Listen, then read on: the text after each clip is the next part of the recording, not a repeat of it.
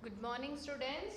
In today's class, initially we will recall what we have studied in the previous classes and then we will continue with our today's discussion. Okay, so in our previous classes, our classes began with measure of central tendency, right? So there are three measures of central tendency, that is mean, mode and median. As the measure of central tendency would not give us the accurate data, okay, or accurate value, or with that value we could not accurately go to or get a exact or accurate result. So for that reason we had measure of dispersion. So in the measure of dispersion we have studied about four measures, that is there are totally four measures of dispersion or variation. The first one is range, that is maximum value minus minimum value, quartile deviation, which is not for your study, and the third one is mean deviation, and finally the standard deviation. So even by now we have learned about mean deviation, right? That is the deviation or the mean of all the deviation, and we would take the deviation from either mean or median. But there are few drawbacks or limitation of this mean deviation, because of which we are having one more measure of dispersion, that is standard deviation. So first just let us see what are the limitations of mean deviation, and then further we will move to standard deviation. Okay, so what are the limitations? That is limitations of mean deviation. Why should you know the limitation? Because we will get to know why is the next thing we are going to study. To know the importance of standard deviation, you should know the limitation of mean deviation. Okay, so what are the limitation of mean deviation? Okay, it says mean deviation is illogical. Why is it illogical? We will just understand by an example. Illogical, or you can say not accurate. Okay, so now here let us consider a 10 observation. That is, let us consider them to be the scores of a batsman. Okay, 0, 10, 20, 30, 40, 50, 60, 70, 80, 90 and 100. Let us assume this. Okay, so now what is the median for this? Median will be 50, that is the middlemost value. 50 is a median for this given data, which is from 0 to 10. Now I'll change a little data. Okay, that is instead of these all, let us consider now different observations.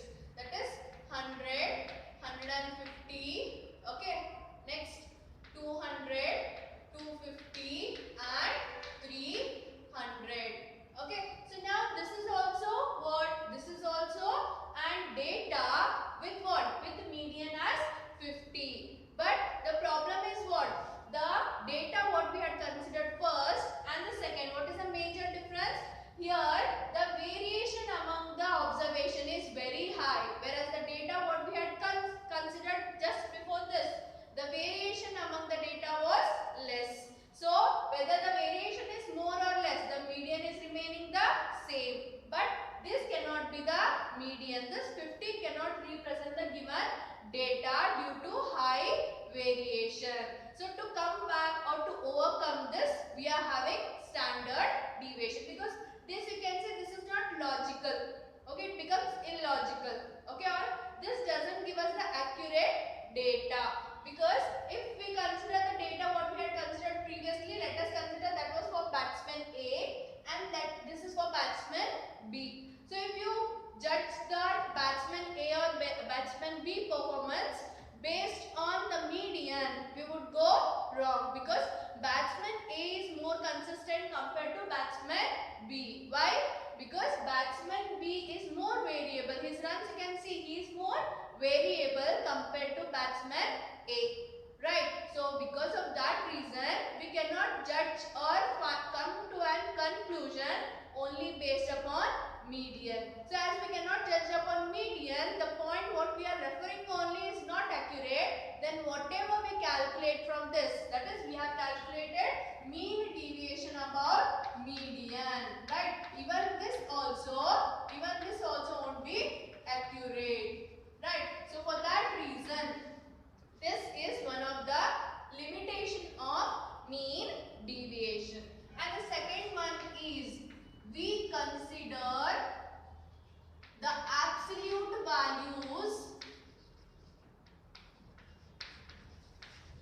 values of deviation. So you have seen that we have considered sum of the deviation, right? But before considering the sum of those all deviation, what we have done? We have applied their modulus, right? That is modulus of x1 minus x bar plus modulus of x2 minus x bar plus modulus of x3 minus x bar. Like this it continued, right? So here we have taken the absolute values, but to finally calculate our answer, we should have plus as well as minus observation. Then only we will have an accurate result.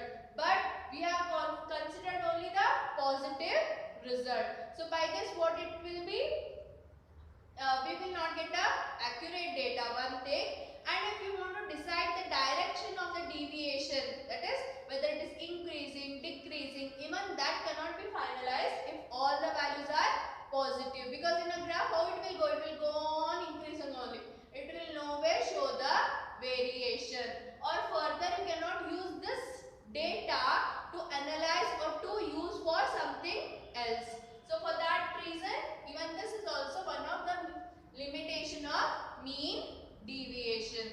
Okay, so like this there are many limitations of mean deviation. So as to overcome these all, what we have? We are having a standard deviation. Okay, always along with the standard deviation there will be one more term, that is variance. Variance and standard deviation. So now we will study what? We will study about variance and standard deviation. So what we will do? We will go on considering different types of data, and according to that we will consider the formula and solve. Instead of writing first all the formulas and then going problem by problem, we will consider problem by problem and understand the formula which is suitable for that problem. That is the method what we followed for mean deviation, we will reverse here. There we learn the formula and then the problem. Here we will learn formula along with the problem. Okay, so now first which type of data will we consider? We will consider ungrouped data. So we will find standard deviation and variance for an ungrouped data. So for that, let us consider our example 8. Okay. So in example 8, what is the example 8 question? It says find the variance of the following data. They have asked for the variance, but even at the same time we will calculate standard deviation also. Okay, so what is given? Find the variance of the following data. So those observation, whatever it is given, I will just write them as exercise. Okay, exercise given here are 6, 8, 10, 12, 14, 16, 18, 20, 22 and 24. Okay, now there are 3 ways to solve this. Okay, I will be explaining you all the 3 ways. Whichever you find it easy, you can follow. No problem in that. Or minimum 2 method at least I will explain you. Whichever method you feel easy, you can follow it. Okay, so now the first method is, that is, you need to just add these all, or we just need to find what is, or shall I go by your textbook method itself?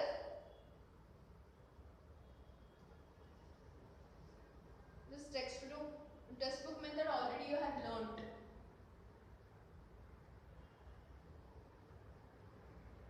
Okay, I'll go by textbook method only. So whenever problem come, I'll explain you remaining 2 also. Anyway, in the remaining problem also you will be having those methods.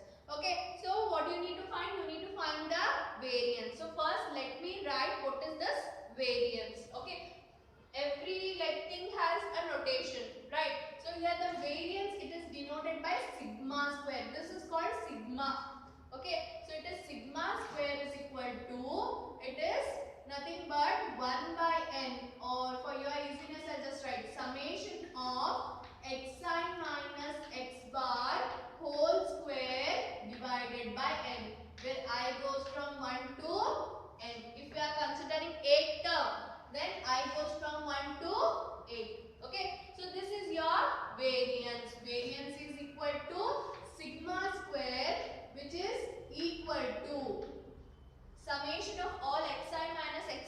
whole square divided by n. So to calculate that, you are like able to see that we need to calculate what? We need to calculate mean. So how do you calculate the mean for ungrouped data? What is your mean formula? It is x bar is equal to summation of all the observation, that is x size, where I goes from 1 to n divided by n. This is for an ungrouped data. That is, we need to add all the terms here. Okay, so just let us add all the terms. So if you add, how much it will be? 14, right? 14, 24, 24, 36, 36, 40, 50 and 66, 66, 67, 68, 66, 76. Okay, 76 plus 8. 76 plus 8 is 84, 84, 94, 104. Okay, 104. I'll just add by my regular way. So it is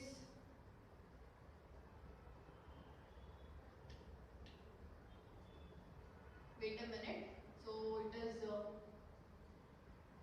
6, 8, 14, 15, 16, 20, 26, 26 plus 8, 34, 34 and 36, 36 and 40. Okay, 6, 8, 10, 12, 14, 15. So it is 150. And totally how many observations are there? 1, 2, 3, 4, 5, 6, 7, 8, 9, 10. Okay, so now what is our mean? It is 150 divided by 10. Or what is our mean equal to? It is 15. So now we know the mean. What we can do? Just find xi minus x bar. That is xi minus x bar. Each observation minus 15. 6 minus 15. 9. Okay. 8 minus 15. It will be 11. Okay, it is, sorry. Next 10 minus 15. These all are minus, I'm sorry. Okay, 10 minus 15, minus 5, 12 minus 15, it is minus 3, 14 minus 15, minus 1, plus 1. Okay, again it is 3, 5, okay, 7, and after 7 it is 9. Okay, so what do you have to do here?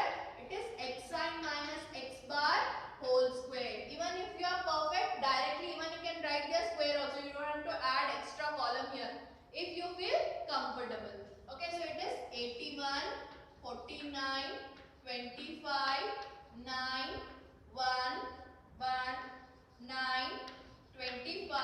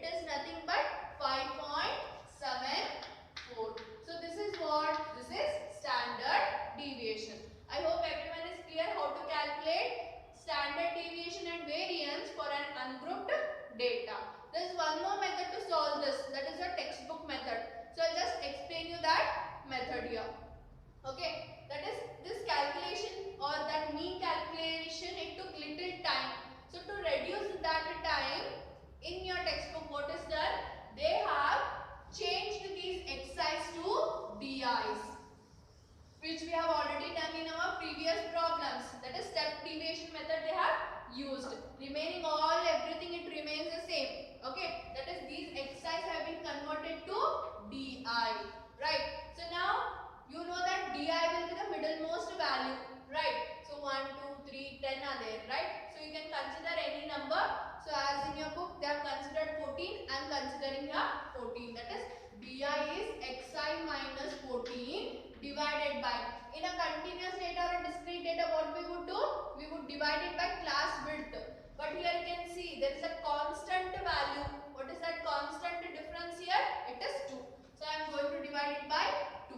So 6 minus 14. Right. So it is 8. 8 divided by 2. It is minus 4. This will be minus 3. Minus 2. Minus 1.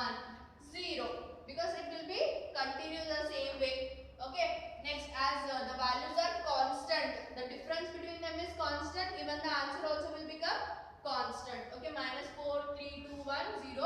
Again here 1, 2, it will be 3, 4 and 5. And you need to add this. That is, it gives you summation of DI. So plus and minus all will get cancelled. Only the remaining will be 5. And your mean formula changes here. Remember and keep it in mind, students. The mean will change whenever we will use this DI. So what will be the formula? DI, sorry, it is assumed mean plus summation of DI divided by N into H. Or what is the assumed mean we have taken here? 14 plus what is summation? 5 divided by 10 into, that is what is the constant difference? 2. So 2 ones are 2, 5s are 5 ones are 5 ones are. So 14 plus 1. Be careful, don't just write 14. 14 plus 1, what it is? 15. So what is the mean? It is 15. So even in our previous method also, I hope you know that the mean was 15 only. Now once you know the mean, the remaining process is same. Modulus xi minus x bar whole square. Here I am going to write directly. Okay, that is each observation you will subtract by 15x and its square. Okay, so it will be 81, okay, 49, just write down directly. 81, 49, next after that 25, 9, 1, 1, 9, 25, 49 and 81, which gives us the total as 330. So knowing this, substitute, you will get your variance, and the square root of variance is nothing but the standard deviation. I hope everyone is clear with this. That is, either you can follow method 1 or method 2, it is left to you. Instead of taking DIs, directly you can consider xi, find the mean and the variance and standard deviation. If you feel difficult, convert x's to DI and be careful while calculating the mean, because the mean formula changes. Okay, so now let us go to our example 9. Your example 9 is for the discrete data. That is, you need to find their variance and standard deviation for discrete data. So what does this variance or standard deviation gives us? Where it helps us? It gives us an accurate value or a perfect relation between given observation. Its application you will learn in our last part. Okay, so in our last part we will learn what? The application of till now whatever we have studied. Where actually do we use these all concepts or terms? Okay, now let us go to example 9. Example 9 says, find the variance and standard deviation for the following data. Okay, and the data given is x's are given 4, 8 and 11, 17, 20, 24 and 32. And the frequencies are given. That is 3, 5, 9, 5, 4, 3, 1. Okay, and you need to find the mean, variance and standard deviation. As it is a discrete data, the formula changes here. And the total frequency